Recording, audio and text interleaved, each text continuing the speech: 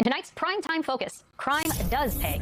Earlier this year, a man named Andrew Paul Johnson was convicted on 5 charges, including child molestation. His victims were a child under 16 years old and another under 12. We were scared, one of the victims testified, according to trial records obtained by NPR. Like, we didn't realize that this stuff was not okay. There's something else that you should know about Andrew Paul Johnson. He was a rioter on January 6th, pardoned by Donald Trump. According to a police affidavit introduced in court, Andrew Paul Johnson told the 2 children that he was expecting millions of dollars from President Trump and that if they didn't say anything, he would leave them part of that money in his will. At the time that he made that promise, there was no such fund, but there is now. This past Monday, the Department of Justice announced the creation of a fund worth nearly $2 billion. January 6th insurrectionists, including that convicted child molester, are potentially eligible for part of that money. A few months ago, we did our first story on the January 6th rioters and what they were up to now. Here at MS Now, we found over a dozen January 6th defendants who were facing new and resurfaced legal problems. Now, sadly, we have 4 more names. Ryan Nichols from Texas, arrested 9 days ago after authorities say he followed a man out of a Texas church to the parking lot and threatened him with a gun. Ryan Betancourt, a self-described white supremacist who was arrested for filming himself touching the hair of multiple women on public transit. Jake Lang, this charming man who tried to burn a Quran and has emerged as a prominent figure in the white nationalist movement. And of course, Andrew Paul Johnson, the man we introduced to you already. So, while you're paying for groceries and gas and childcare, those pardoned insurrectionists, including child molesters and convicts, they might be in line for those January 6th stimulus checks, courtesy of President Trump. Joining us now to discuss is Democratic Congresswoman Becca Balint of Vermont. She sits on the House Judiciary and Budget Committees. Congresswoman, is there anything that Congress can do to make sure that a convicted child molester like Andrew Paul Johnson can never receive taxpayer money from this fund?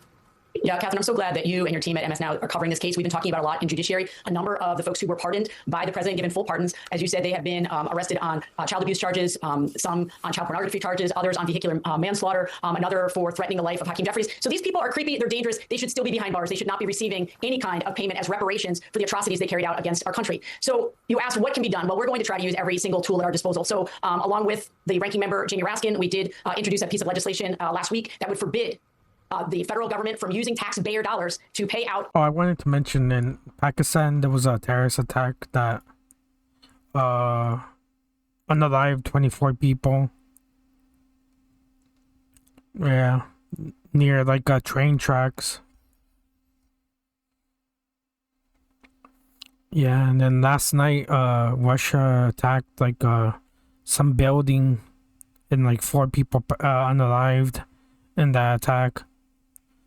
And yeah, Russia attacked some building last night or yesterday.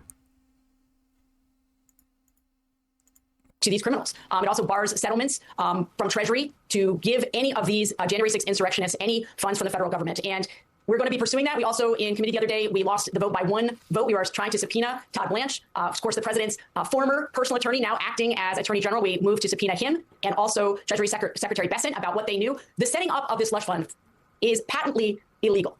And what is going to be so challenging for us is we can fight them in a court of law. And certainly we have 2 former Capitol Police officers, Harry Dunn and Daniel Hodges, who are also suing the federal government over this. But of course, the wheels of justice turn very slowly. The most immediate way to deal with this atrocity is for members of the House and Senate on the Republican side to say no. And we saw some of that last week before we were gabbled out. But look, they should be attaching amendments to the bills that are moving through the reconciliation bills. That is the quickest way to put an end to this. And we heard from House member Representative Fitzpatrick last week, as well as at least half a dozen Republican senators that they have real problems with this. And so they need to put their money where the mouth is. They need to strip this out. They need to put language in that says this will not happen. And I just want to remind viewers, these are the same people who would not allow a plaque to Capitol Police officers to be hung in the Capitol to honor their sacrifice. And now they're considering giving reparations to the people who beat Capitol Police officers and ran rioting through our most sacred halls, the halls of our democracy. And so, again, we're going to be trying to use every single tool. But the fact that we even got here tells you all you need to know about this administration. Trump only cares about 2 things. We know he cares about money. The second thing that he cares about is loyalty. And this is another way for him to continue to fan the flames of his base, his foot soldiers. And I will not give him, on my watch, the money to continue to pay out to these people for their craven loyalty. It's dangerous. Absolutely. Congresswoman, can I ask you on that point that you're making there about the things that Trump cares about?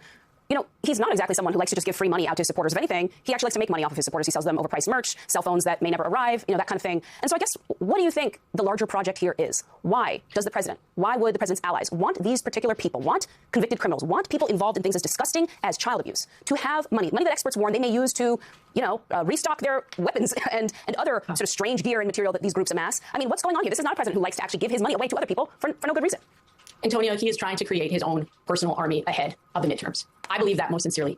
These are people who will do anything for this man. They have shown that they will attack the Capitol to try to put an end to the peaceful transfer of power. These are people that still continue to not deny that President Biden was the rightful president. They are already meddling ahead of the midterms by seizing ballots from the 2020 election. This is a part of a concerted effort to continue to intimidate the American people so that he can deploy these people, especially in the lead up to the midterms, to get people to stay home and to not vote. I can't express it to your viewers in any other more direct way. He has been trying since the 2020 election to create his own personal army of foot soldiers that will do anything for him.